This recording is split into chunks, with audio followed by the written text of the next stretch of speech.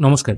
ডাব্লিউবিপিএসসির মাধ্যমে রাজ্যে মৎস্য এবং জল দপ্তরে বিভিন্ন পোস্টে রিক্রুটমেন্টের একটি বিজ্ঞপ্তি প্রকাশিত হয়েছে।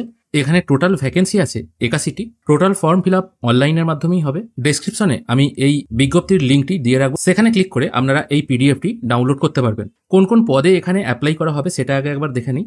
Fishery extension officer, assistant fishery officer, assistant research officer, Fishery Supervisor, AC Assistant in WB Junior Fishery Service Grade 2 under the Department of Fisheries, Aquaculture, Aquatic Resources and Fishing, Harbors, government of West Bengal. Total post 81টা বললাম, তার মধ্যে এখানে বিভিন্নভাবে বিভাজন করা হয়েছে, যেখানে জেনারেল ক্যান্ডিডেট 32টা, ওবিসি এ 8টা, ওবিসি বি 5টা, এসসি 16টা, এসটি 5টা, ফিজিক্যালি হ্যান্ডিক্যাপ টোটাল 6টা, তার মধ্যে জেনারেল, এসসি, এসটি এইভাবে ভাগ করা হয়েছে।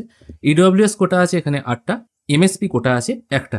অনলাইন অ্যাপ্লিকেশন প্রসেস শুরু হবে 22 এপ্রিল 2024 থেকে এবং এই ফর্ম ফিল আপ চলবে 13 মে 2024 পর্যন্ত। টাইমিং এখানে বলে দেওয়া আছে বিকেল 3টে পর্যন্ত। যারা অফলাইনের মাধ্যমে পরীক্ষা ফি জমা দেবেন তারা কিন্তু 14 তারিখ পর্যন্ত পরীক্ষার ফি জমা করতে পারবেন। এই ফর্ম ফিল আপ করার জন্য প্রথমে আপনাকে পিএসসির অফিসিয়াল ওয়েবসাইটে আসতে হবে, যেটা pscwb.gov.in।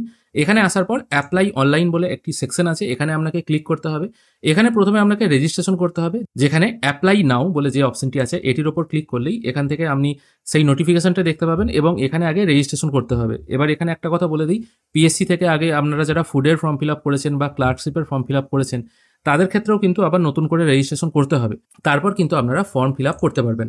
আর এই পোস্টে অ্যাপ্লাই করার জন্য আপনার age limit, qualification, scale of pay এই সমস্ত কিছু জানতে পারবেন অফিসিয়ালি 16 এপ্রিল 2024-এ, অর্থাৎ সেই দিনই পিএসসি অফিসিয়ালি এই পোস্ট রিগার্ডিং যাবতীয় তথ্য পাবলিশ করবে। আজকের ভিডিও এখানেই শেষ করছি। আশা করছি নতুন এই ইনফরমেশনটি আপনাদের ভালো লেগেছে। যদি ভালো লেগে থাকে অবশ্যই একটি লাইক করবেন। ভিডিও দেখার জন্য অসংখ্য ধন্যবাদ। ভালো থাকবেন।